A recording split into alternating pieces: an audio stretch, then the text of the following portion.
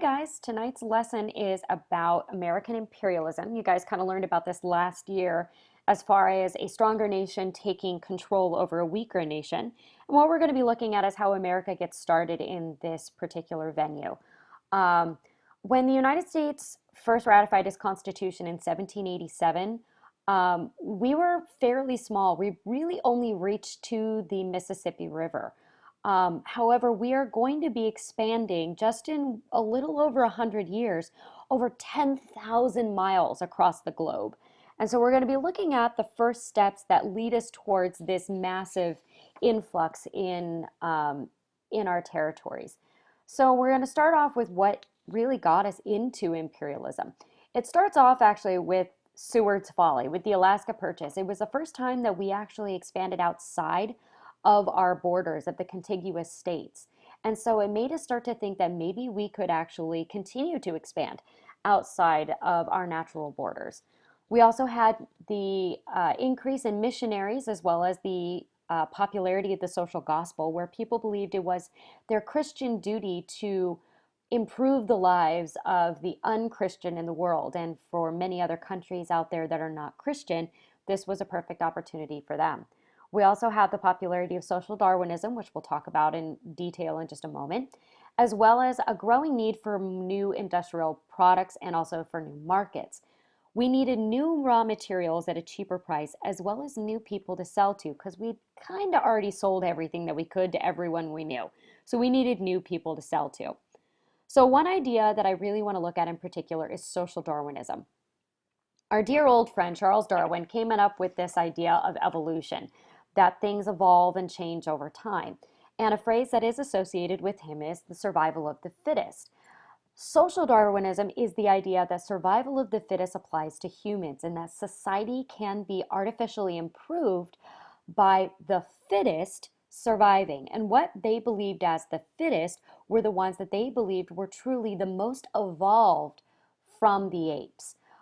This goes along with an idea called Anglo-Saxonism, which is the idea that English-speaking nations are actually superior in not only character and ideas, but actually are truly more human than other groups, with white Anglo-Saxon Protestants at the very top of the pyramid and Africans living in tribes are at the very bottom of the pyramid. Also, as racist as it is, the fact that monkeys are a darker color as well as Africans showed that they were scientifically closer to the apes. Today we know this is to be not true science, but at the time it was at the forefront of science. Now, going along with these ideas is going to actually be the influence of a poem called The White Man's Burden, written by a man by the name of Rudyard Kipling. He was an English author born in Bombay, India, while he was under British colonial rule, and then was eventually brought back to England when he was fairly young, and then raised there. The poem was written for Queen Victoria's Diamond Jubilee, celebrating the power and the influence of the British Empire. And in this particular poem, it really shows how the British Empire and the British character is above and superior to the countries that they have colonized.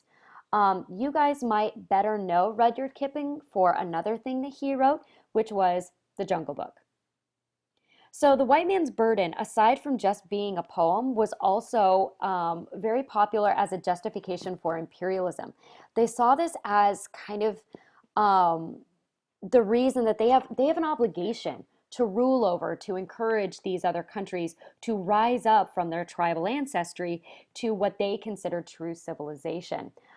It was their obligation as the nobler civilization, the more advanced civilization, and this was actually used on products and as advertisements to promote cleanliness, purity, health, and wealth, as you can see in these two advertisements for Pear's soap in this picture. Not everybody is going to agree with the idea. Some people that do agree with it, for example, are Captain Alfred Thayer Mahan, who wrote a book called The Influence of Sea Power on History. And through his book, he really began to point out that a nation's power is derived through its naval power. The more powerful their navy, the more powerful the country. And so it was kind of a justification for having a strong military presence and for conquering other nations. However, someone who was against this, someone who I personally love, is Samuel Clemens, Mark Twain, who wrote something called the War Prayer, which we'll look at in more detail later. And this particular poem um, was looking at the bad side of imperialism, that it brings about this blind patriotism and this fervor for war that is really not necessary and is not healthy. So, like I said, not everybody agrees. So, what are some of the positives? Well, you have increased economic opportunities where businesses can grow. You also can increase your global status and bring in new materials and goods, as well as expand democracy and Christianity around the world, which are things that we truly, as a country, believed were good. But people who didn't believe in this idea saw the negative sides. First of all, it's incredibly expensive to go and dominate other countries.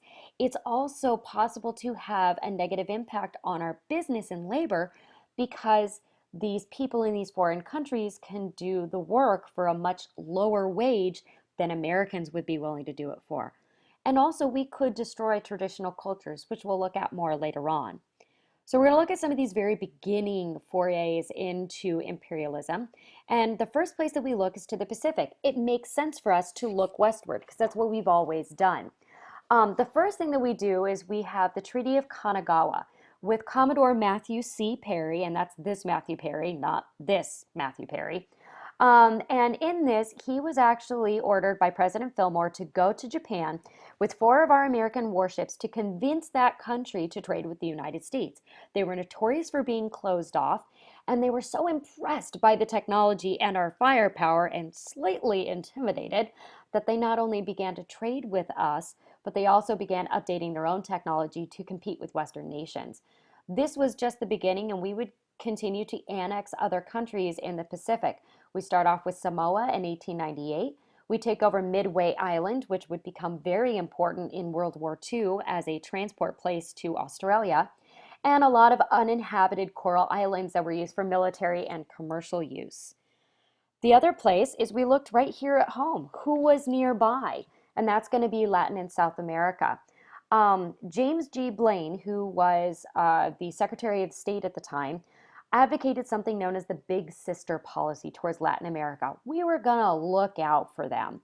And he leads the Pan American Conference in 1889. And the idea was to improve economic and political relations between the two groups.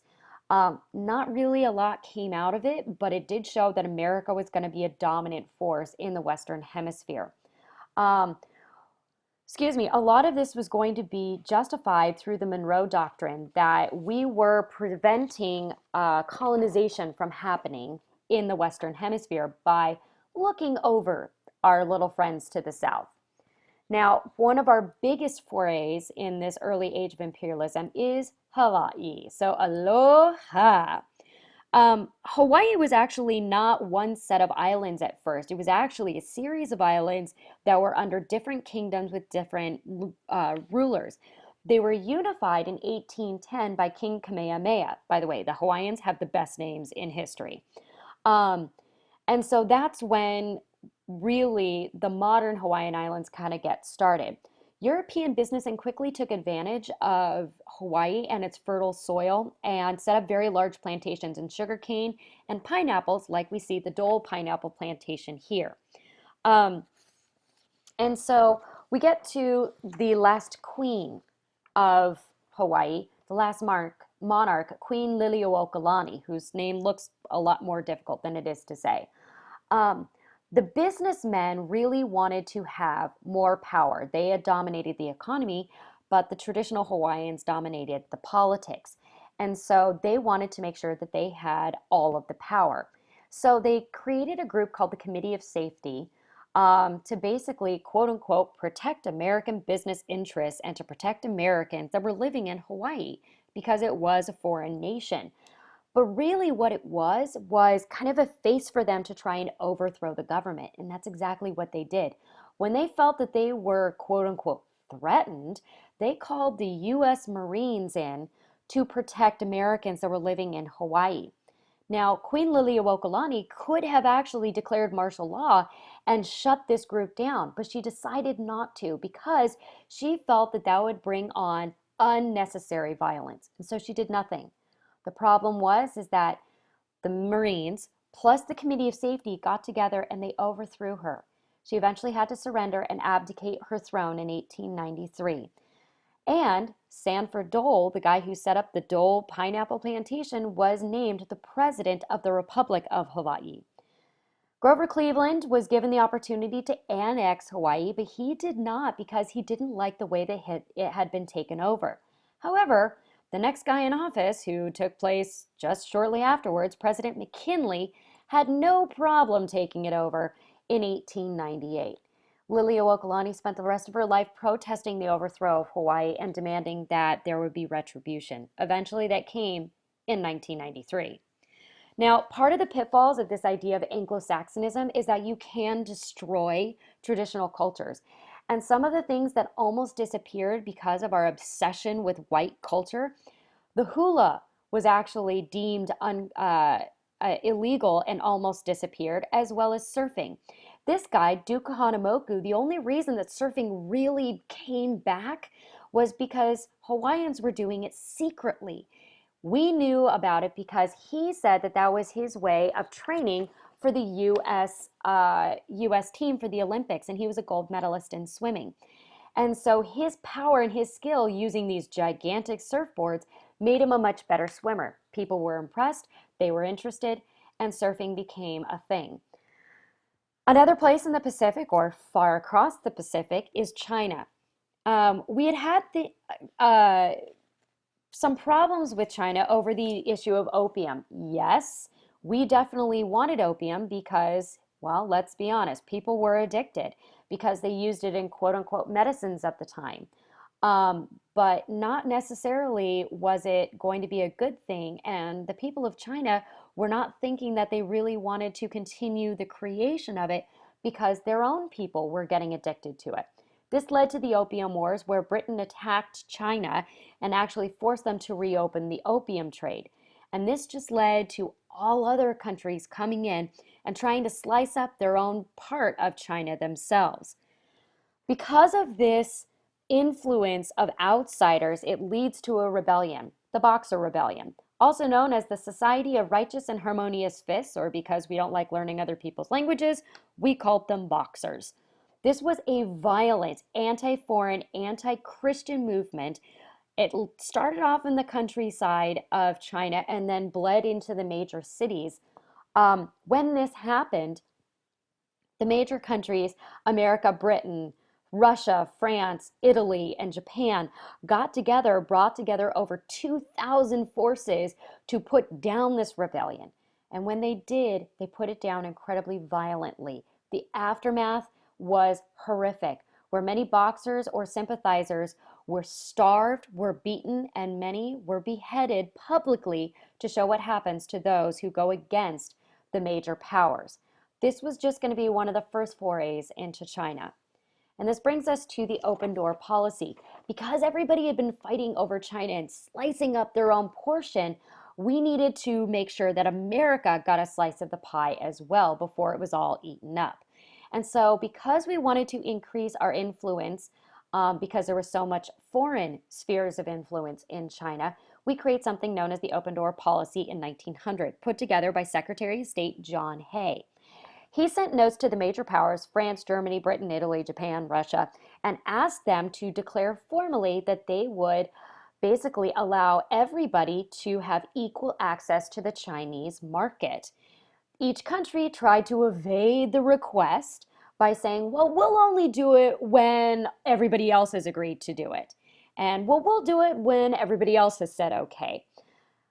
Hay was really smart, and he said, well, you guys have all granted consent in principle, so we're going to say you've all given your consent.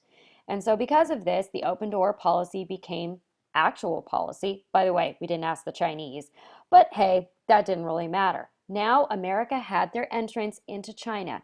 American diplomacy had opened the door, And the United States was now primed to prove itself as an imperial giant. And we'll be looking more into this as we continue through our class.